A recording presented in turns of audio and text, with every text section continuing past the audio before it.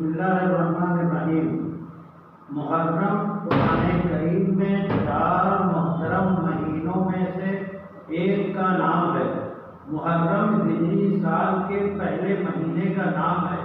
محرم کسی تہوار کا نام نہیں ہے۔ محرم کے مہینے کی فضیلت بے شمار ہے۔ آسمان و زمین محرم میں پیدا کی۔ عاشورہ کے دن 10ویں محرم کو پیدا کیے گئے۔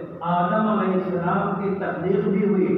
موسیٰ علیہ السلام کو فرعون سے دریائے نیل سے نجات بھی ملی، اور بھی بہت اہم واقعات محرم میں عاشورہ میں پیش آئے۔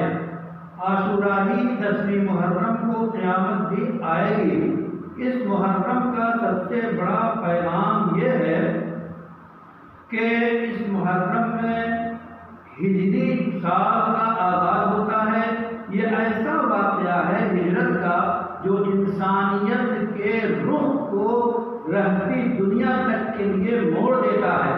باطل سے حق کی طرف آتا ہے، جھوٹ سے سچائی کی طرف آتا ہے، کفر سے ایمان کی طرف آتا ہے، برائی سے اچھائی کی طرف آتا ہے۔ انسان کے فکر کو، ذہن کو، دماغ کی ترقی سے ہمکنار کرتا ہے۔ محرم کے مہینے میں رسول اللہ صلی اللہ علیہ وسلم کے فرمان کے مطابق 10ویں محرم کو روزہ رکھنا مسنون ہے، مستحب ہے۔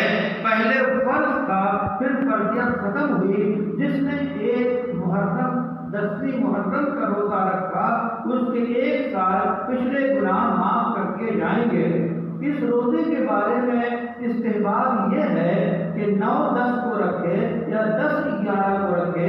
علامہ انور شاہ کہتے ہیں کہ 9-10-11 کو رکھے یا 9-10 کو رکھے یا 10-11 کو رکھے۔ کسی نے 10 کو بھی رکھ لیا تو روزہ مانا جائے گا، مکروہ نہیں ہوگا۔